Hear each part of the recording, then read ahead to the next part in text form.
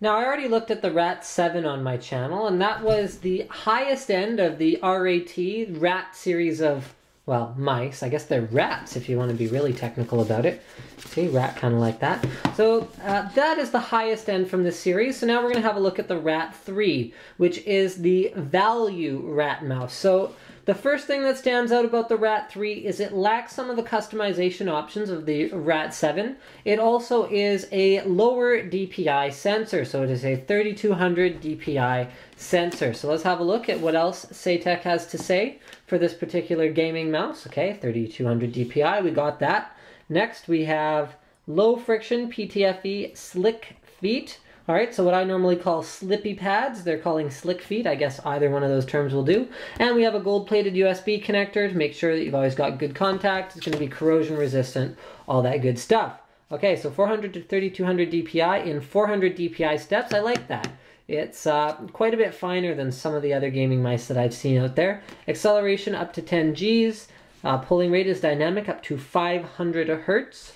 So that is 500 times per second. Tracking speed is up to 1.2 meters per second. Wow, good luck moving a mouse that fast.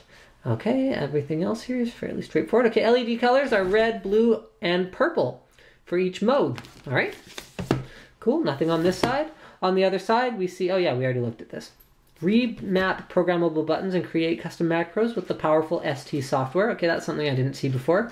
4 user-definable DPI settings and 9 user-definable commands via 3 programmable buttons and a 3-position mode switch. Okay, so why don't we start getting this thing open?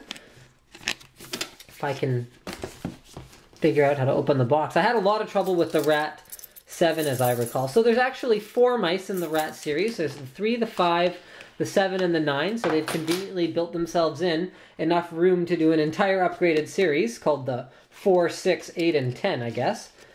So the main differences are in terms of how much customization there is.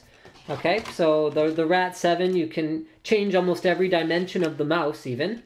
How much customization there is and what features it has. So the Rat 9, for example, is basically a wireless version of the Rat 7. Just in case you were wondering, what is the difference between the 9 and the 7? So yeah, this packaging is just a total bear to get open. There we go. Aha, so let's find the accessories here inside first. There we go. So Cyborg. So it's a SATEC brand, which is, I believe, a Mad Catz brand. So sort of brand within a brand within a brand. Ultimately, as long as it's good stuff, it doesn't really matter. Okay, so here we go, cyborggaming.com. Includes, here we go, here's a summary. Look at that, they're going to make life easy for me. Okay, so, oh, Fly. So these are the keyboards. Okay, so there's the Clip Cyborg keyboard, there's a Fly. Okay, oh no, Fly's a joystick. Aha, that helps. Okay, look, product guide, I love this. Okay, so the 4 user-definable DPI settings. Okay, the 5 has 30 grams of removable weights. I don't believe we're going to find removable weights in the 3. 15 user-definable commands via 5 programmable buttons. So there's one of the differences. The Rat 7, yes. Interchangeable pinky and palm rests. 4 user-definable DPI settings. Precision aim mode. That one is the fully featured mouse. And then the Rat 9 is the wireless version of that guy. Okay. So let's look at the Rat 3 mouse and see what we think of it. Really? Oh, okay, they've fastened it with a twist tie here.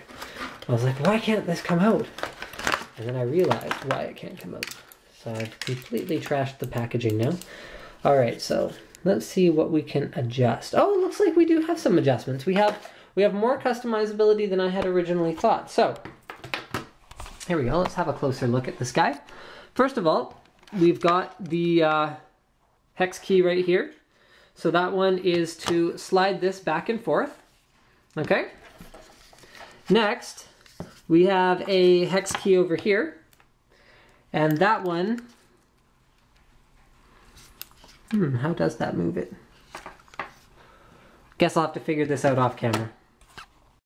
Okay, so I have figured it out. The Rat 3 is not adjustable in any way. These are to label the back and forward buttons. So let's go through everything that is included on this mouse. Why don't we start with the forward and back buttons. So these are programmable buttons. You can change what you want them to do, and that is a pretty cool thing. Okay, here we have indicator LEDs for the DPI settings. So you have up to 4 user-definable DPI settings, and you can pick the mode here that you desire. Okay, and there's also a DPI adjusting button here.